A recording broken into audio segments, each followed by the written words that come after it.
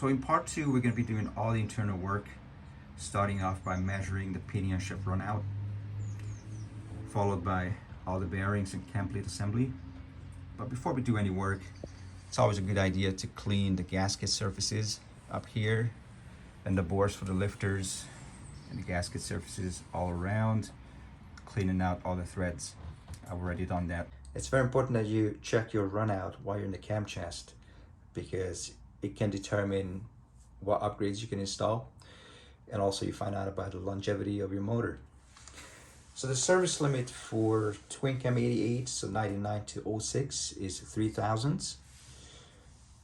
From 07 up, Twincam 96, 10,000. So the change happened because for the high tolerance service limit, because Harley changed the Twincam bearing setup in 2003. And those bikes from 2003 have the tendency to develop more excessive runout. This is a hot topic in the Harley world, right?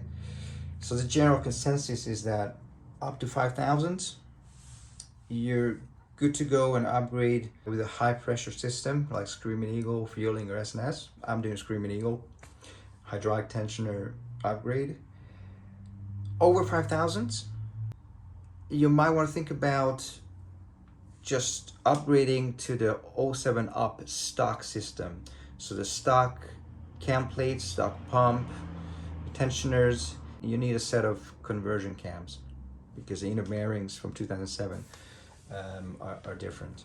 And the reason being is that the stock system has higher tolerances, while the high pressure system, like I mentioned, Screaming Eagle, Fueling, SNS, they have lower tolerances.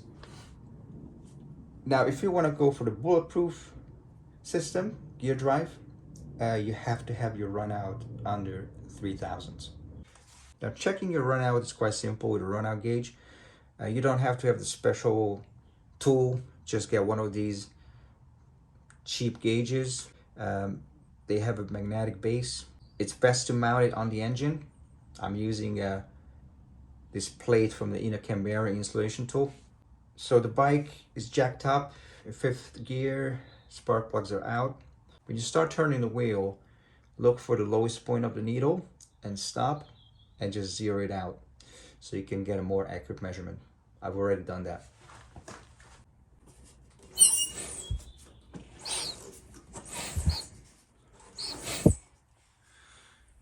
So my runout is just over 20,000. This is a metric gauge, so I just need to convert it. So just over 20 thousandths of a millimeter is basically just under a thousandth of an inch, which is very, very good for this engine. So I'm very happy. Removing the inner cam bearings can be pretty tricky, and this is probably the most delicate part of the project because things can go seriously wrong. If the needles get crushed, they can go flying down the gap between the flywheel and the crankcase. When that happens, you need to pull the motor, take it all apart, and fish out the needles. So there's quite a few things we can do to prevent it. One of the things you can do is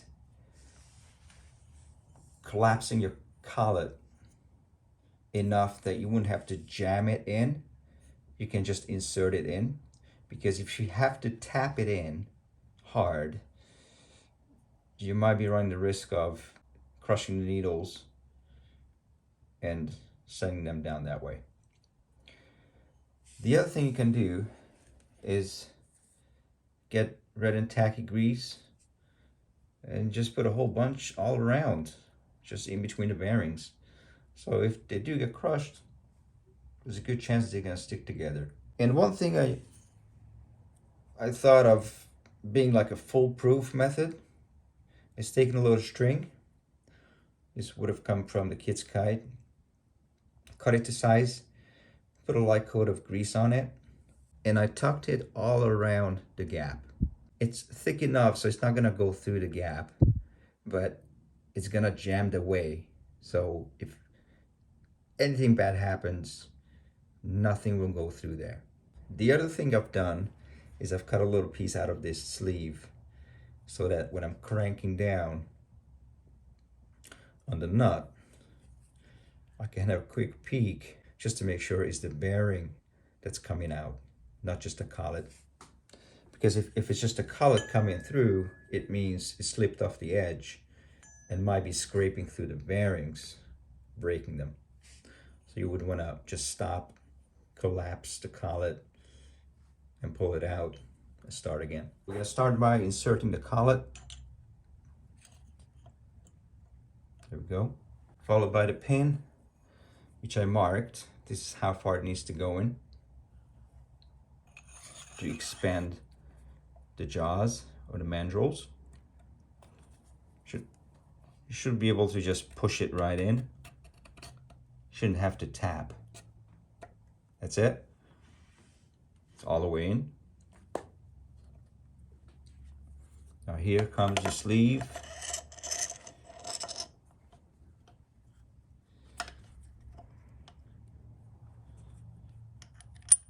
Your washer, your nut.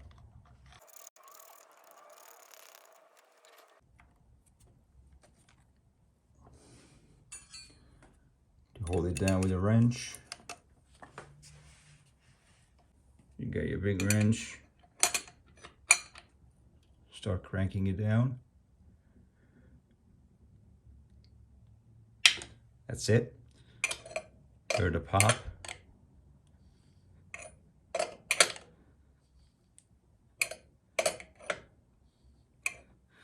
And now I'm gonna have a little peek. And yes, the bearing has started to come out. So I can continue.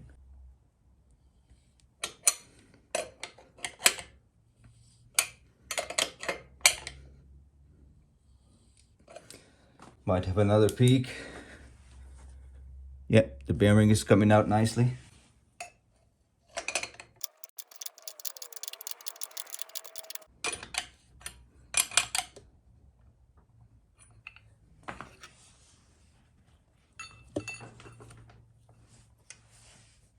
Nice and easy. All right, so let's do the installation now. Again, you really want to use the right tool for this as well. One of the reasons is that there's a little lip in the bore in there, which is the stop for the bearing. If you were to tap it in, you could easily break that off.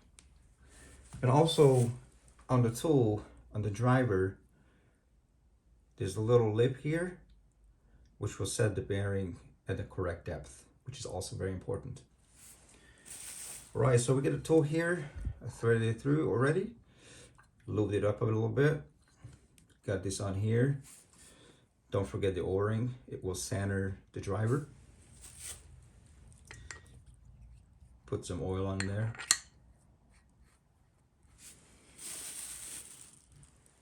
We get our bearing. The lettered side, this one, will need to face out. Like that. We're gonna put a little lube on here.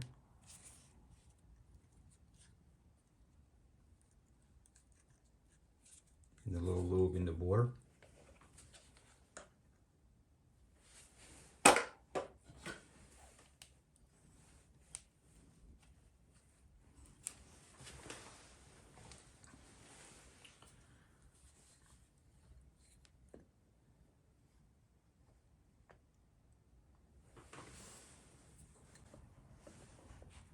There's a hole for the dowel.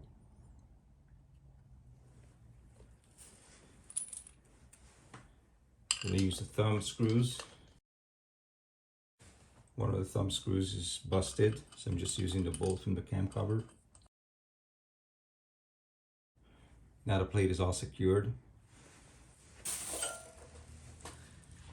just gonna have a look from underneath to make sure that the bearing is all lined up. It is. So you got your wrench, which is a 13/16.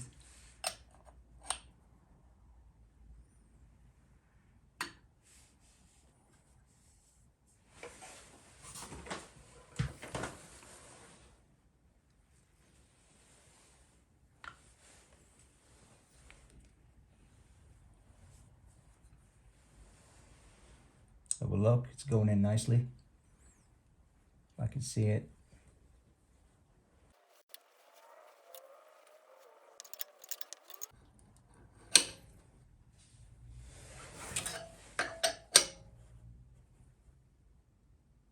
I can now feel the resistance. So I stop and back it out. Remove the plate. So the bearing is in there nicely. Make sure there's no binding. And now we can remove the safety string. And you're done. I've done the other side as well. So now we're going to move on to installing the outer cam bearings in the cam plate. Here are the press to press in these bearings now. There's a couple of things that are important though. One of them is having the laddered side of the bearing face up, because the other side is a bit rounded, be rolled to ease the installation. And the other thing is to press it in straight, as straight as possible. So there's a special driver for it you can buy, but I didn't get it. So what I got here is this driver, if you will, is from a bushing removal and installation tool for my car. And the driver on the threaded rod happens to be the perfect fit for the bearing. So I'm just using this with a large thick washer and my old bearing.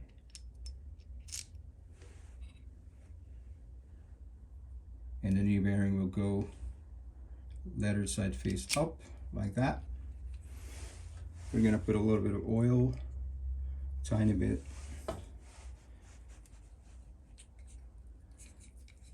On the outside. And just a tiny bit in the bore.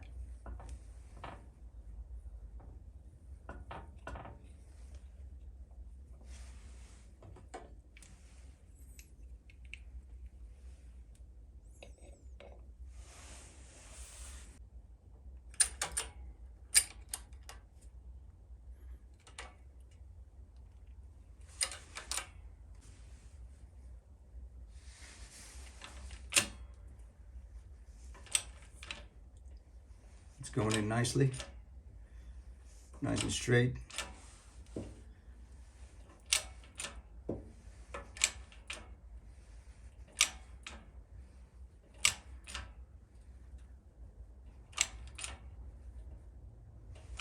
Done.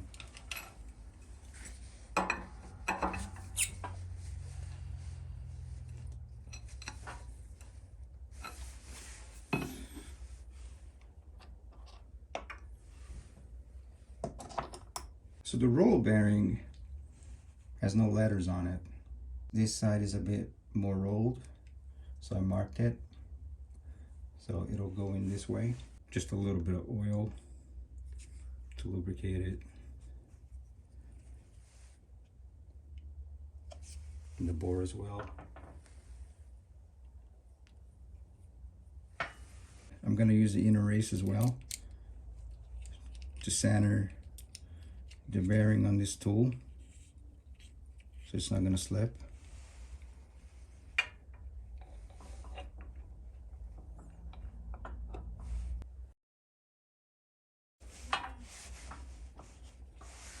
All nicely done. With a straight edge, just make sure they're not sticking out. They should be a tiny bit below the surface. All right, I got a retainer plate on here ready. Just gonna put some blue Loctite on the screws. Snug it down in a crisscross pattern.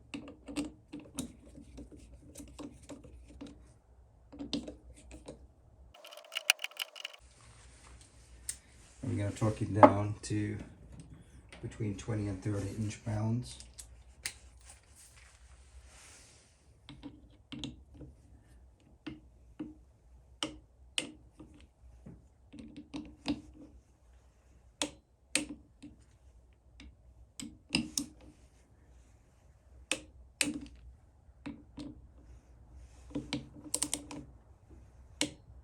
Next is the oil control kit. It needs to be installed on mine because as I mentioned in the first video, if your bike is a 99 model, dyno touring, and your crankcase looks like this, you need to install this oil control kit, otherwise your oil pressure will be compromised. Put a bit of blue Loctite on there as per instructions. It's a T30 Torx.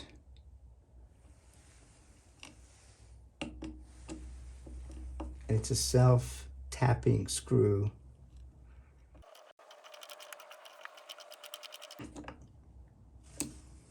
And I'm going to torque it down.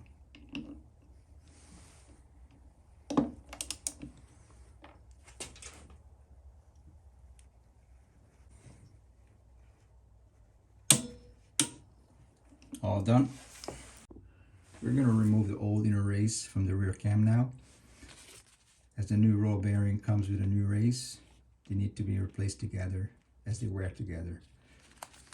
So I got my bearing separator here, all set up. A little socket here, fits right into the shaft. Put some grease in there.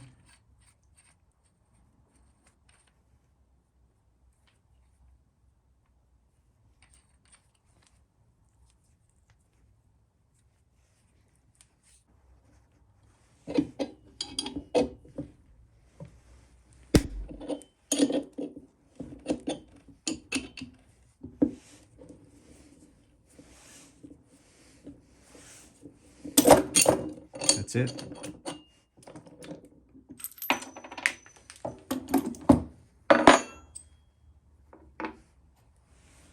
Inner race is off. Installing the new inner race on the cam now. This is the most common way to do it. You throw a couple of spacers from your spacer kit on here, a washer, and you cam bolt. I'm using this little press I picked up at a garage sale for a couple bucks. So remove these.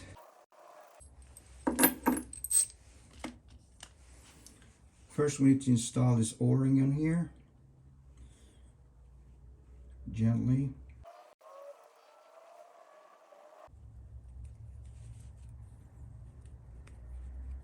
So this O-ring will center the washer.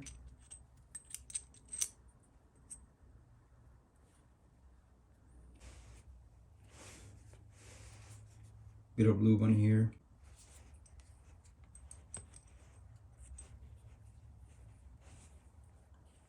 Inside the race.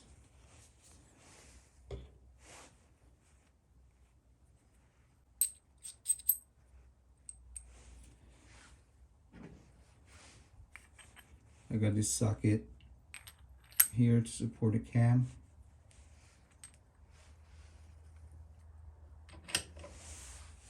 And I got this socket here that fits over the splines and deep enough so you can drive the race down to the washer.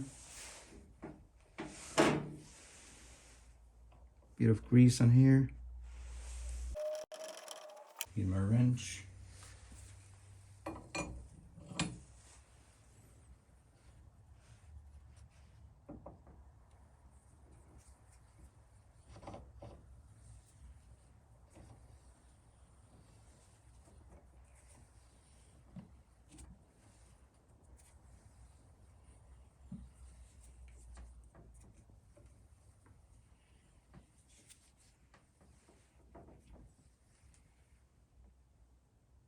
Back it out now.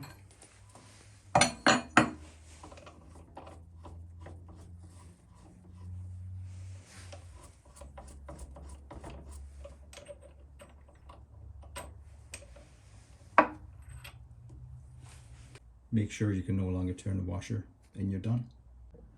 Before you install the cams though, you really want to make sure that the cam plate will go flush to the crankcase easily, like this one. And you can move it back and forth with no problems.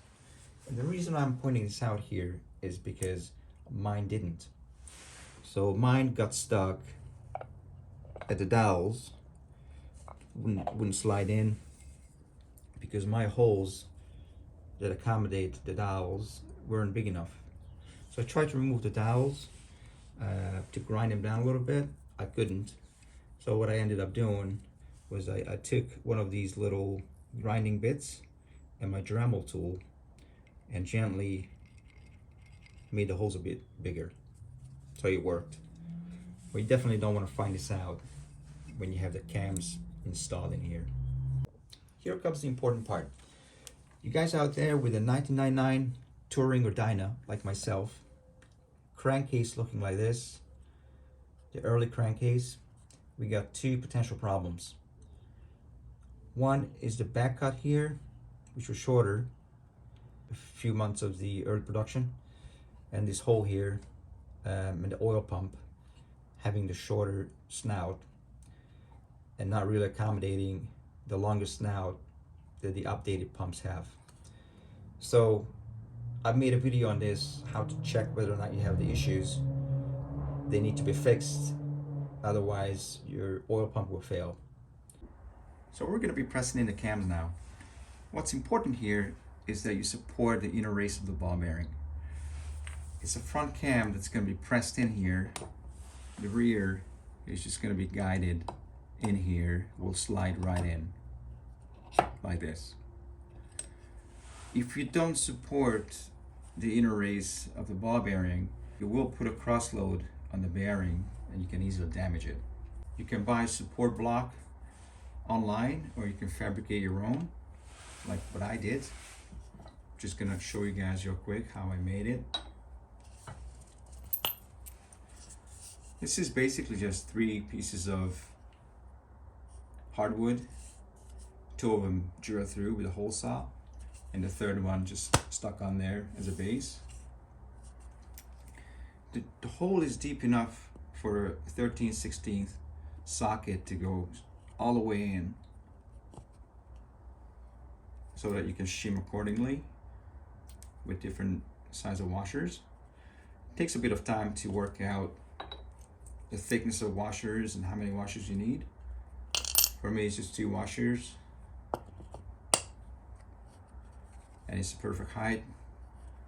So the cam plate rests on the block, but the inner race is supported as well.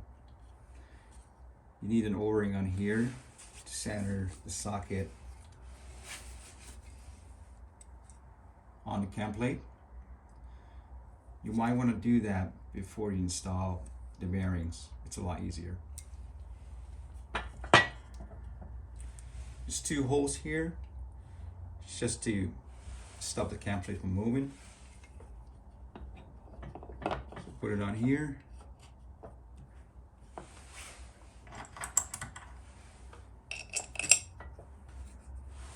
Two bolts and 1 move. Before you put the chain on the cams, you want to mark the inside of the gear as well. So you get a timing mark over here. Just mark it on the inside as well with a permanent marker, because as you're pressing in the cams, you can still verify whether or not they are on time. I marked the chain. As I took it off, this was on the outside, but Harley did a pretty cool thing. One of the links on the chain is dark colored, and that faces the cam plate. So I put the chain on the cams, align the marks. You can see the timing marks on there. Flip them over. You get the timing marks on the inside as well.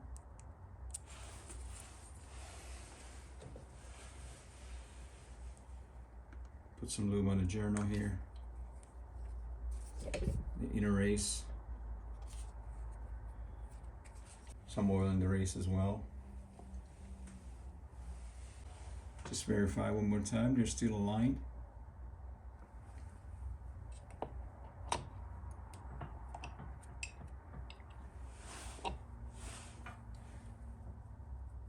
I got a 7/8 socket here.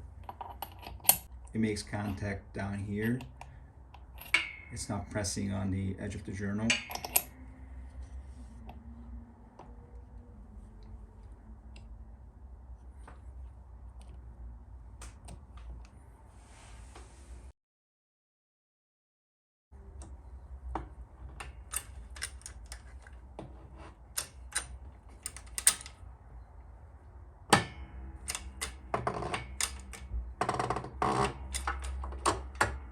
Start wiggling the rear cam.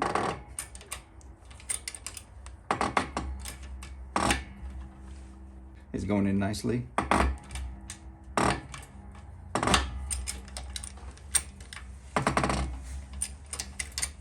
That's it.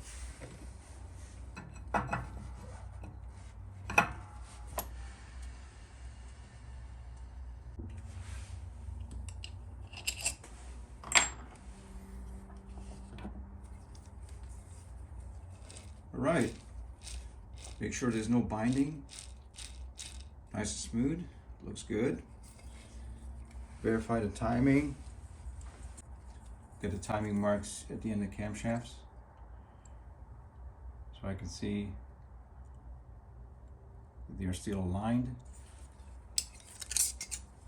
If I look at the inside, you can see the marks still aligned, so we're all set. We need to put a brand new snap ring on the end of the front cam, making sure that the squared edge is facing out.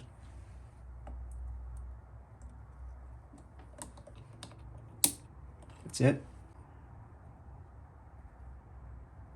Now we're going to flip it over and install the secondary tensioner.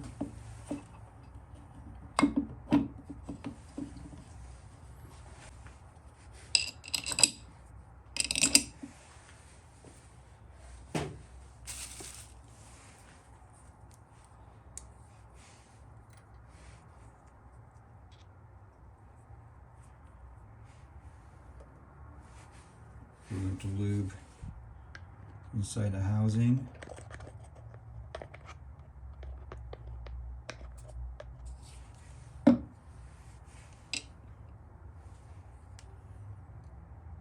Make sure you have the little spring in there.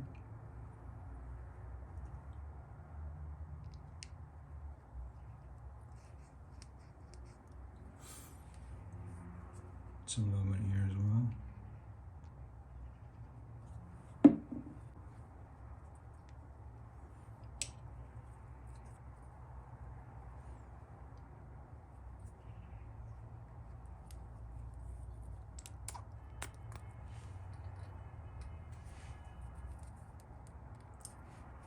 The retainer back in here.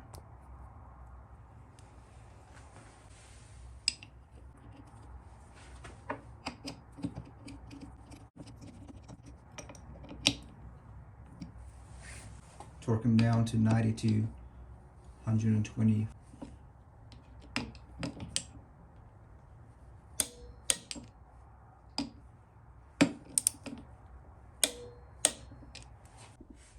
Just going to put some assembly lube on the chain to get it on the pad as well.